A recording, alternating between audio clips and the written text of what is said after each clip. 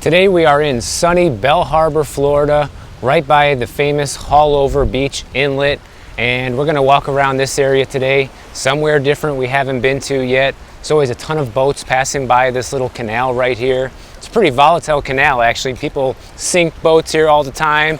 People crash, all kinds of stuff happens here, but they got this cool little jetty we're going to walk out on, and you'll see like the beach and the buildings around here. So just a really neat area, guys, and I haven't been here in a while, so it's nice to share this with you. Now, ever since Hurricane Ian hit the southwest Florida coast, one of the top questions I keep getting from you guys on this channel is, how is this hurricane going to affect Florida real estate prices? And I actually have a lot of information to share with you guys in today's video. I did a lot of research on this, looking into past hurricanes and real estate data and what happened back then.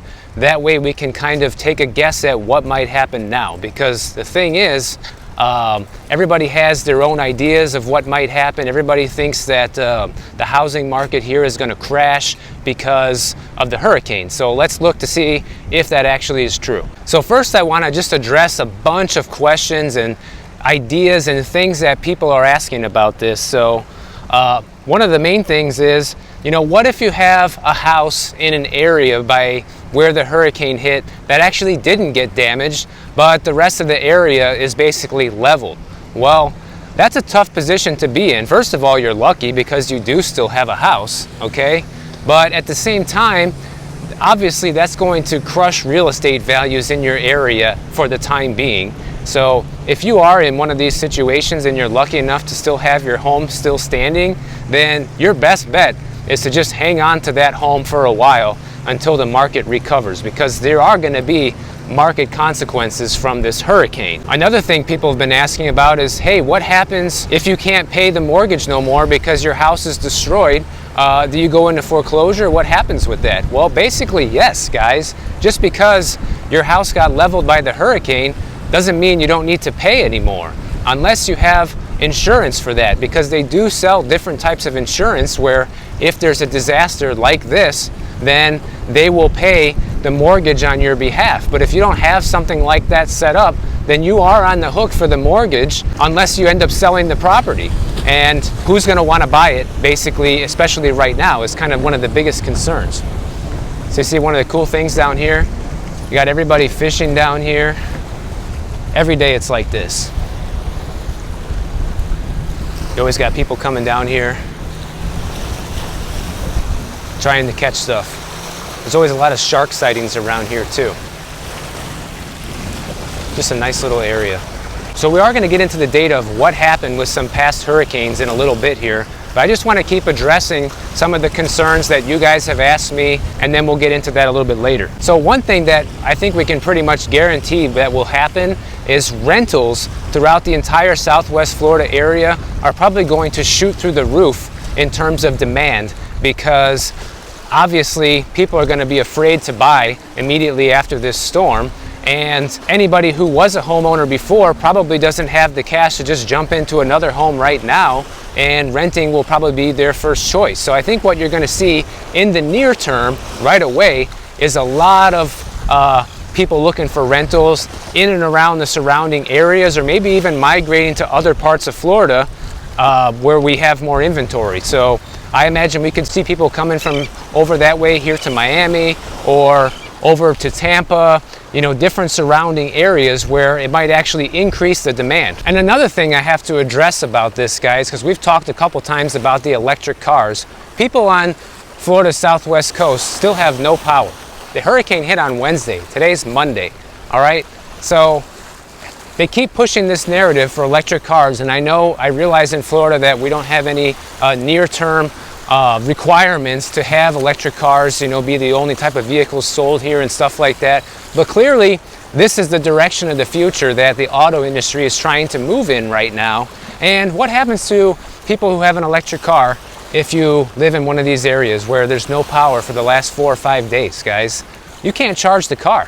I mean, you look at the news and you see people wrapping around blocks just to line up for gas. Even that's scarce, that's hard to get. Imagine trying to get electricity when the power grid's completely knocked out.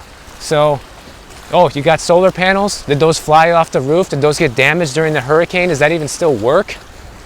I mean, these are the type of obstacles that I think we're facing when it comes to this sort of thing. And that's why I'm against this being pushed so heavily right now, because there are so many factors to this that just have not been worked out yet, guys. And this hurricane is a quick reminder of how life can change overnight when there's no electricity. So that's just another thing to consider when it comes to these electric cars. Now, I put up a poll on the channel and I asked you guys, would you be willing to buy real estate in these areas that completely got decimated by Ian if you could buy the properties for pennies on the dollar, and the properties may not even be insurable, or if you could get insurance, that the insurance would be sky high in price? And here's the results. So 32% of you said yes, you would. 55% of you said no. And 13% of you said you couldn't pay me to live there. So clearly there are way more people that would not be willing to buy real estate in these areas than who would be. And I want to address some of the things that you guys said about this, because I think some of these ideas are interesting and could give some clues to where the market might go after this storm. It seems like the majority of you who said you would be willing to buy in these areas still, you guys pretty much said that you want the option to have either temporary housing or mobile housing, like having an RV park in these areas that got leveled, or being able to build very inexpensive small little houses that, you know, would be super cheap to replace in the event they got destroyed by a storm, stuff like that. So I think that that is pretty smart, because obviously, you know, people keep rebuilding in these areas and there's billions and billions being lost every time there's one of these disasters. And on the flip side, other people who would be willing to buy this real estate wouldn't buy it unless they could build, you know, bunker level quality of real estate there that could just withstand just about anything. So I think both options should be looked at as possibilities in the future, because clearly these are very dangerous areas to be building real estate in general, okay? And I just look around, like ever since this happened, guys, I'm walking around Miami where I live here. This isn't too far away from my neighborhood. And I think about the flooding, especially the storm surge that they got there was, you know, basically like a tsunami. But when you look at a lot of the coastal areas over there, the buildings by the beach are so much closer to the water than we are here. Like, it's kind of hard to tell in the video, but this beach right here is probably at least 100 feet wide. You know, I don't know, I'm just estimating. And then you look over this way and the buildings are even further away than that. So the ocean would have to travel a long way just to get to these buildings. And as you guys can see down there, these buildings are way above sea level. So it's not like you have any immediate flooding concerns for, you know, lower level units or anything like that in the majority of these buildings. So, you know, it's hard not to think about what would happen if that hurricane hit this area. And I feel like in general, at least when it comes to the buildings and the oceanfront properties, then we would probably fare a little bit better than they did over there, because Miami-Dade and Broward counties actually have the strictest building codes throughout the entire state of Florida. That's something maybe many of you don't know. But after Hurricane Andrew, it changed everything here. And now all these new buildings need to be built to the highest standards in Florida. And besides just the build quality, you also see that a lot of these buildings are way above sea level. So even if there was a 9-foot storm surge, it probably wouldn't affect the majority of the units in places like this. Some of you also said that, you know, you would speculate and you would buy the land if you could get it cheap enough, and essentially you'd be willing to flip it to somebody else in a couple years later when people kind of forgot about this already and people are looking for land, or a developer's looking for, you know, land near the ocean, things like that. So it seems like a good amount of people that would be willing to buy in these areas would either be A, speculators, people looking to make a profit in the future, or maybe investors that would be willing to put a rental property there and hope that you can just milk out a good enough return until the next storm leveled the place. That's another thing you guys said. And the other thing is people who would be wanting to have either very strong housing there that could withstand just about anything, or temporary housing that could just get blown away and we could rebuild it in a couple days. So I think all of those are actually viable options and choices for people. And it's one of the reasons that I think the area is going to have a faster recovery than most people realize, but we'll get to that in a minute.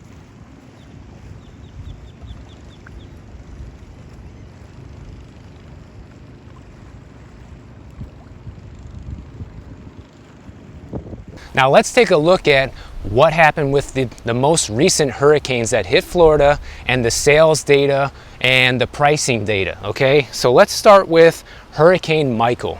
Hurricane Michael made landfall in October 2018 near Panama City and Mexico Beach, up in that area in the Florida Panhandle, okay?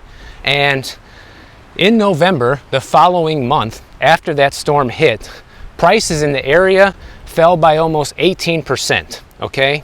And then a few months after that, about 6 months later, in June of 2019, they fell to 24% below where they were pre-hurricane, okay? And closed sales in the area dropped by 70%. So within 6 months, we saw a 24% decline in prices and 70% decline in sales volume in the area. And since then, the area has somewhat rebounded when it comes to its prices and sales volume, but I feel like that area was already kind of economically depressed. It was never one of the most desirable areas in Florida to begin with, and this Hurricane Michael definitely made things worse over there. And even without the hurricane hitting, it's not like that area would be super desirable, but I think the hurricane hitting there just made things worse for Panama City. And still to this day, guys, you can buy houses there for like $150,000, $160,000. No joke. But I think it's because the area is economically depressed, and it was already cheap before that. So it's not like the hurricane made it cheap. It's just the hurricane helped it stay cheap, is basically how I interpret this. And you see, this is pretty cool over here in Belle Harbor. They have this little beach walk area with all these trees, lots of shade. You got views of the building over here, and then the ocean on the other side. This is such a nice little peaceful area to come. They have benches and stuff for you guys to just come and sit and relax, enjoy the weather. It's just a gorgeous area, guys.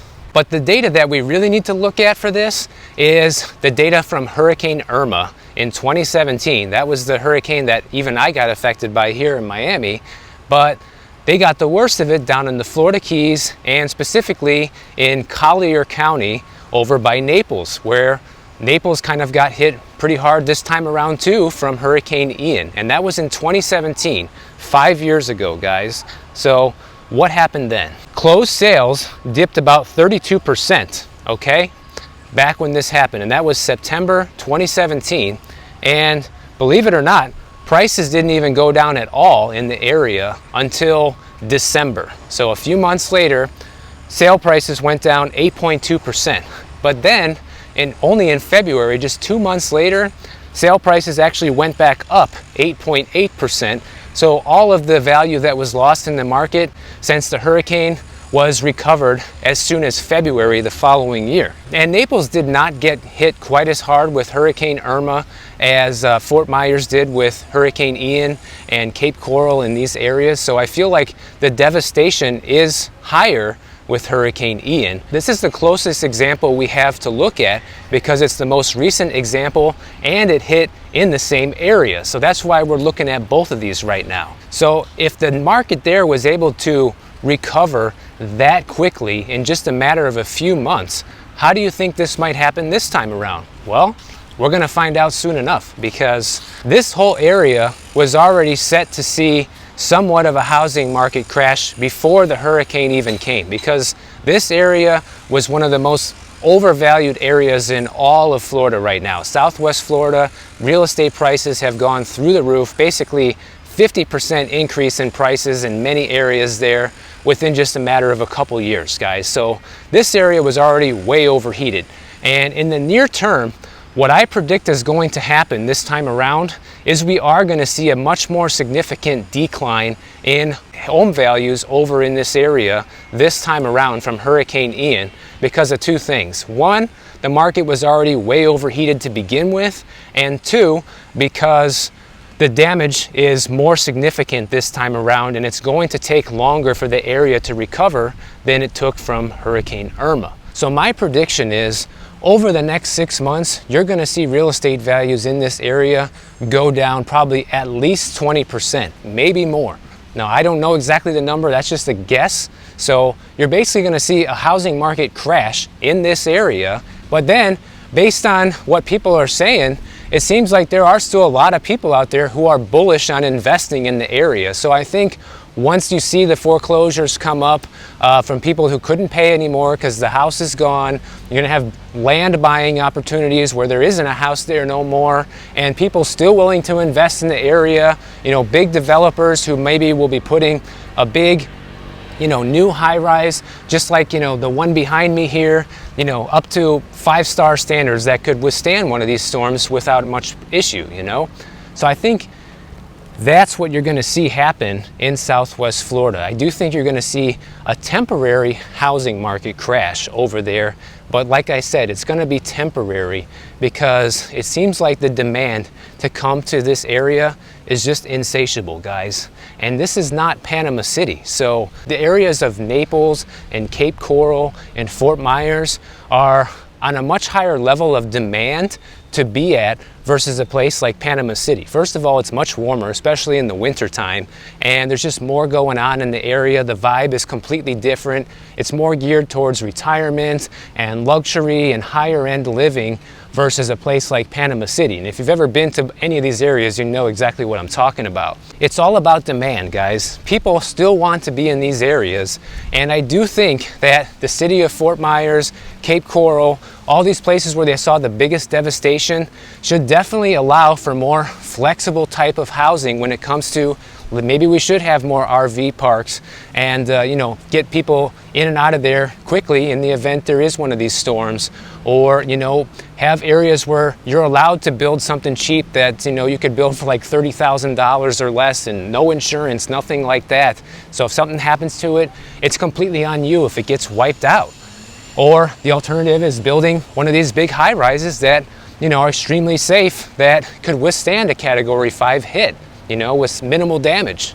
So I think they should be looking at all options for this over there. But overall, guys, this probably is not going to affect the entire Florida housing market as a whole. In fact, it could just increase demand, like I said, with the rentals in other places. So people who might be a little skittish on buying in Fort Myers or Cape Coral right now might be looking at Miami instead, or further north in Tampa. And as we're starting to see things cool, it might just heat up again because now we have areas that might not look as desirable as they did just a couple months ago before this storm. So let me know what you guys think about this. Of course, I always want to hear your opinions, but I think that's the most logical course of where this is going to go. You're going to see a temporary crash in the areas that got hit the hardest. You're going to see real estate values go down due to decreased desirability and the area basically being leveled. There's not much of an economy. There's not much to do there right now. So for that reason, you're going to see these prices go down, but once they go down to a low enough level, people are going to start picking up the properties regardless. That's what I think is going to happen. And remember, a lot of people with money buy real estate in Florida, and that's something that's probably never going to change. Now, speaking of all of this, it's a good time to bring up insurance. Once again, I'm not going to spend a whole lot of time on this in this video because I just did a full insurance video a few days ago. If you guys missed it, check it out. But I have a lot of valuable insurance information in there. But one thing that just happened is they suspended all insurance cancellations from now until the end of November. So basically until hurricane season is over. So right now, if you have homeowners insurance in the state of Florida, they cannot drop your policy between now and November 28th. So make sure if any insurance company tries to do this, then they are breaking the law and you are going to have recourse. So make sure that you're at least able to hang on to your insurance from now until the end of November if you live here in Florida now. And also with insurance, guys, unfortunately, I kind of predicted this and it ended up being true, in Central Florida, they got hit a lot harder from this hurricane than they thought they would, especially when it comes to flooding.